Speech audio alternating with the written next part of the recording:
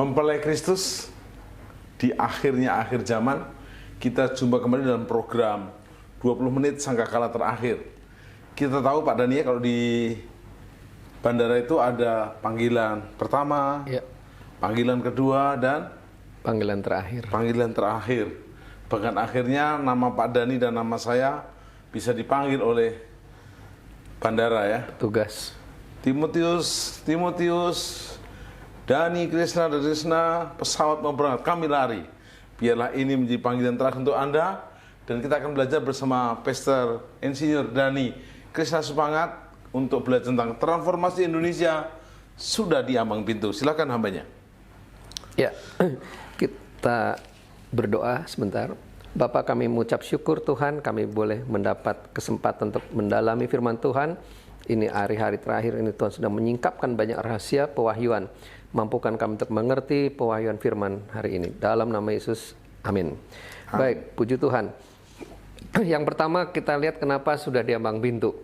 Nah, di bagian sebelumnya kita belajar pohon ara bertunas kembali, maka sudah di ambang pintu. Dan pohon ara itu adalah Israel yang bertunas kembali menjadi satu bangsa yang kemudian mereka sudah menduduki kota Yerusalem dan sekarang mereka sedang mempersiapkan pembangunan Bait Allah ketiga.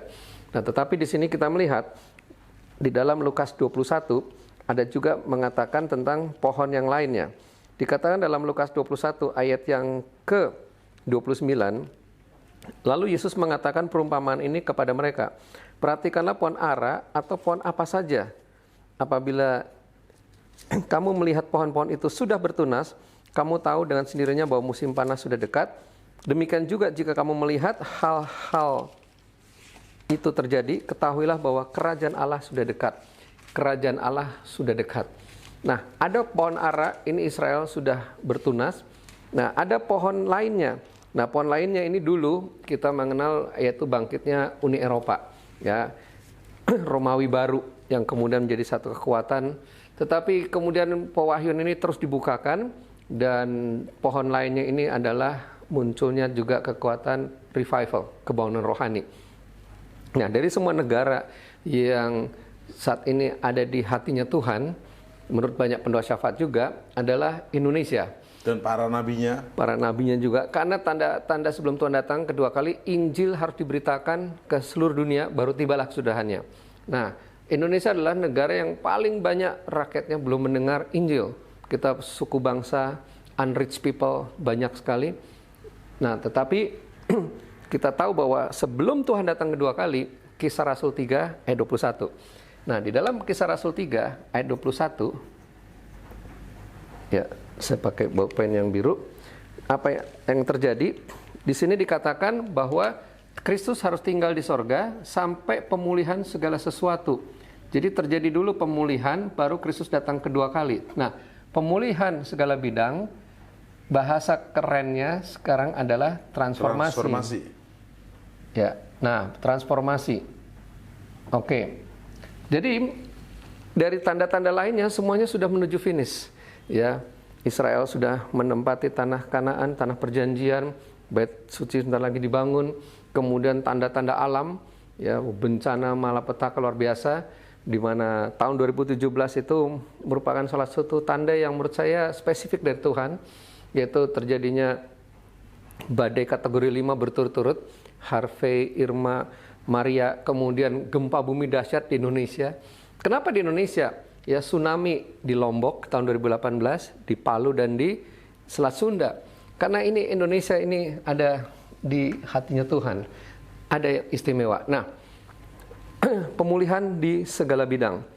Nah, pemulihan di segala bidang ini utama adalah pemulihan pemulihan pertobatan, ya, kebangunan rohani. Nah, saya akan masuk kepada kitab Markus 16 ayat 8 bagian C.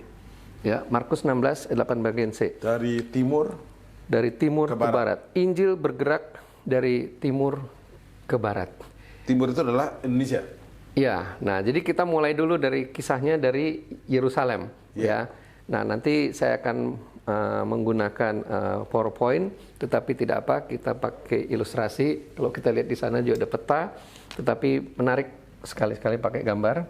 Ini adalah garis imajiner ya, di mana ini Yerusalem adalah pusat. Nah, apa yang terjadi di Yerusalem ini, saudara? Pada waktu hari Pentakosta terjadi kebaunan rohani luar biasa. Roh Kudus tercurah, dalam satu hari 3.000 orang bertobat, ya 3.000 orang. Nah, kalau ini gelombang, ya, saya sebut nih ada gelombang. Nah, katakanlah gelombang laut, ya mungkin ini katakanlah 1 sampai 3 meter, ya. Gelombangnya udah lumayan besar. Tiap hari Tuhan menambah dengan jumlah orang yang diselamatkan. Tetapi kemudian apa yang terjadi? Ketika suatu hari saya sebut di sini Paulus, ya, dia mau menginjil ke Asia, ya, dia mau ke Asia. Ada di Kisah Rasul 16. Roh Yesus melarang. Kenapa? Kalau dari ke Asia, ini berarti ke timur. Ya, dari barat ke timur. Sementara ini aturan mainnya atau polanya harus dari timur ke barat. Ya, jadi di sini Injil bergerak dari timur ke barat. Oke. Nah, maka akhirnya Paulus masuk ke daerah Eropa. Nah, apa yang terjadi di Eropa ini? Eropa mengalami kebaunan rohani, transformasi. Perlu 1.400 tahun ya untuk Eropa mengalami transformasi. Di sini 1.400 tahun ditandai dengan reformasi, pertobatan, kemudian terjadi revolusi industri ya. Jadi ciri-ciri transformasi itu pertama pertobatan massal, ya, pertobatan, kemudian ada revolusi ekonomi. Dari revolusi ekonomi kemudian terjadi misionari. Ini ciri-cirinya, mengirim misionaris. Setelah ke misionari dari Eropa ke seluruh dunia, ya, belum sampai ke Indonesia. Masih ke barat dulu. Ke barat dulu ya. Ya, timur ke barat. Di sini 1-3 meter, di sini kurang lebih katakanlah 3 sampai 5 meter kalau gelombang. Nah, 1.400 tahun akhirnya Eropa menjadi negara yang kaya, kemudian kuat. Tetapi dari timur ke barat, mana baratnya Eropa? Baratnya Eropa adalah Amerika. Nah, apa yang terjadi di Amerika ini, saudara? Amerika ternyata hanya butuh waktu 300 tahun untuk mengalami transformasi. Terjadi pertobatan massal, kemudian revolusi ekonomi, revolusi industri, dan kirim misionari. Gelombangnya lebih besar, Pak Tim. Kalau di sini 5 sampai 3,5, di sini 5 sampai 7 meter. Apa yang terjadi? Lahir gereja mabok, gereja Pentakosta, gereja karismatik, ya, dan cepat. Dan puncaknya adalah di Azusa Street, ya, di Azusa. 1906, ya. Nah, jadi ini adalah gelombang kebaunan rohani makin tinggi. Nah, sekarang dari Amerika timur ke barat, mana baratnya Amerika? Nah, saya sebutlah kalau di sini Amerika. Ya, ke barat, baratnya Amerika di mana? Asia. Asia Timur. Nah, Asia Timur mana yang dilawat duluan? Asia yang dilawat duluan adalah Korea. Nah, Pak Tim, kota pertama yang mengalami kebenaran itu Pyongyang. Negara Pyongyang itu pertama kali. Tetapi sayang ini kota akhirnya jadi Pyongyang ya, pakai gini ya. Jadi apa namanya, pusatnya apa, komunis. Akhirnya ke selatan, jadi Korea Selatan lah yang keberkatan. Tetapi saudara, di sini kalau gelombangnya 5-7 meter, mungkin di sini sudah 7-9 meter. Cepat sekali, hanya 50 tahun waktu yang dibutuhkan untuk Korea mengalami pertobatan massal, lebih dari 50% Kristen. Akibat pertobatan maka terjadi revolusi di dalam industri dan ekonomi. Samsung, LG, Hyundai, KIA, dan mereka kirim misionari ke seluruh dunia. Ini namanya transformasi, Pak. Iya. Misionaris terbesar sekarang dari Korea. Dari Korea. Nah, tetapi tidak berhenti di sini. Dari Korea kemudian kemana? Cina. Loh, Cina itu kan masih tertutup. Iya, tetapi Cina ini ada sejarah. Ya, selama 30 tahun mereka mengalami transformasi itu tiap hari 20.000 orang bertobat per hari.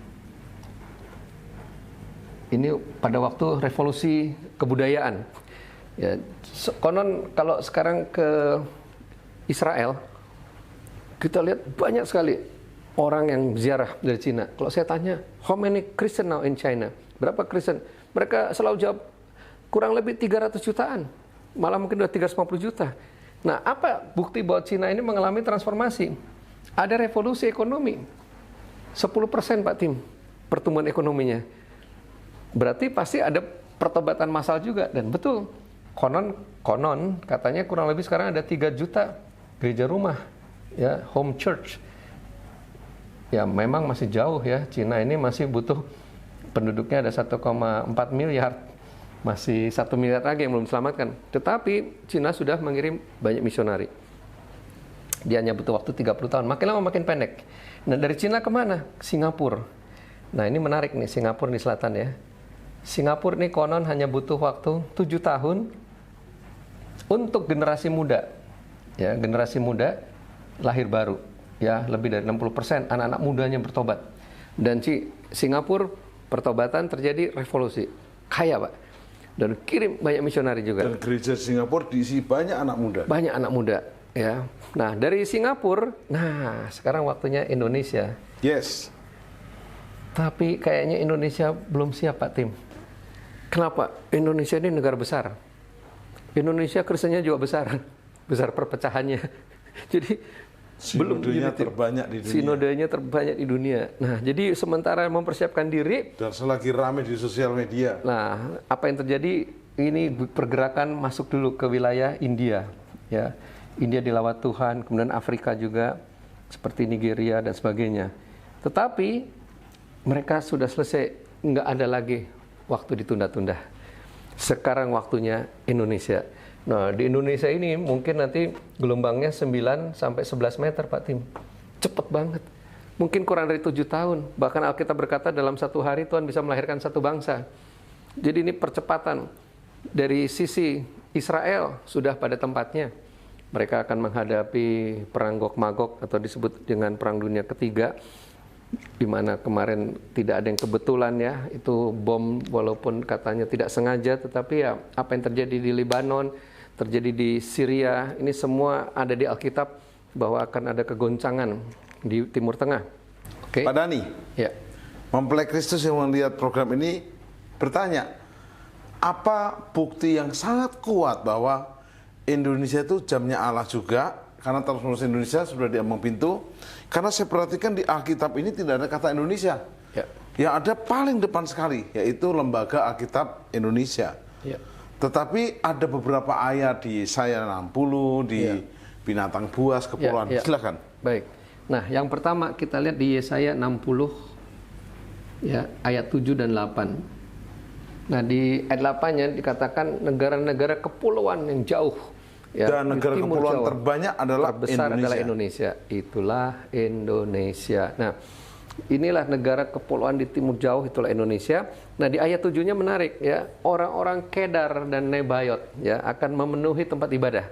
Nah, Kedar dan Nebayot ini adalah keturunan Ismail. Dan kita tahu mereka adalah, Indonesia adalah negara Kedar Nebayot terbesar di dunia. Ya. Nah, mereka akan datang memenuhi tempat-tempat ibadah, semarak. Nah, jadi bisa bayangkan mereka bergabung dengan Tuhan Yesus, Kedar Nebayot bergabung dengan Tuhan Yesus. Kemudian dikatakan juga di dalam Yesaya 42 ya. Di dalam Yesaya 42 di ayat yang ke-10, 11 dan seterusnya sampai 12 ya, nyanyikan nyanyian baru bagi Tuhan. Ya. Nah, di desa-desa Kedar akan ada pujian bagi Tuhan. Akan ada pujian bagi jelas, Tuhan Yesus. Desa-desa Kedar. Desa-desa Kedar. Jelas, desa-desa Kedar. Nah, apakah betul dari timur? Ya, ini timur. Nah, di sini dikatakan di Yesaya 46 ayat yang ke-11. Di Yesaya 46 ayat yang ke-11, ini ada binatang burung buas dari timur. Inilah burung Garuda ya. Inilah lambang Roh Kudus di akhir zaman. Dari timur kemudian nanti kembali ke Yerusalem. Nah, tetapi kita juga melihat ini tadi ada garis imajiner ya, Pak. Nah, di utara Yerusalem ya, iblis itu menekan bangsa-bangsa dengan kekuatan yang disebut komunisme. Komunis. Rusia dan kawan-kawannya ya. Nah, tetapi apa yang terjadi? Tahun 89 tembok Berlin runtuh. Ya. maka komunis di Eropa Timur mulai lemah. Tahun 90 Uni Soviet bubar, Pak. Sehingga akhirnya pecahan Uni Soviet bisa Injil terbuka, Ukraina revival. Kemudian tahun 98 Hong Kong kembali ke Cina. Dengan kembalinya Hong Kong ke Cina, ini akhirnya pintu terbuka, open doors. Karena Alkitab dan semua barang-barang, bahan-bahan untuk penginjilan itu bisa masuk ke Cina daratan. Tadinya lewat Hong Kong. Sehingga dengan cepat penginjilan bisa bergerak. Nah, di utara komunis sudah dihancurkan. Nah, tinggal yang selatan. Nah, di selatan inilah raksasa terakhir atau disebut the last giant yang kita sebut radikalisme. Indonesia adalah negara yang sekarang lagi kuat radikalismenya. Nah, untuk itulah Roh Kudus dicurahkan, tujuannya apa? Waktu gereja bangkit di akhir zaman, semua orang kudus penuh kuasanya. Mereka memberitakan firman-Nya, ku mau di sana. Nah, dengan Roh Kudus dicurahkan secara luar biasa ini, maka apa yang terjadi? Maka bangkit gereja Tuhan sekarang. Nah, bangkitlah, terangmu sudah datang. Kita akan lihat masa-masa kegelapan, tapi waktu gelap, maka terang Tuhan terbit atasmu dan bangsa-bangsa akan datang kepada terang yang terbit atasmu. Itu di Yesaya 60 ayat 1 dan 2. Nah, ini semua ada di Indonesia. Jadi sekaranglah waktunya Indonesia untuk bangkit, karena setelah itu nanti dari Indonesia akan dikirim, kita akan revolusi ekonomi. Memang kelihatannya akan krisis moneter semuanya, tapi kita negara kita punya sawah, punya sumber daya alam dan bahan pangan, kayaknya kita harusnya tidak kelaparan. Lautannya yang terluas. Ya, dan kayaknya harus, kalau orang Indonesia kelaparan itu pasti malas. Kita penuh dengan sumber daya. Ada lagunya, Pak. Ya. Bukan lautan tapi hanya kolam susu. Nah, jadi air dan jala cukup menghidupimu. Oke. Tapi yang tidak badai dan topan tidak ada, Pak. Masih ada sekarang, Pak. Ya. Nah, jadi karang-karang badai dan topan.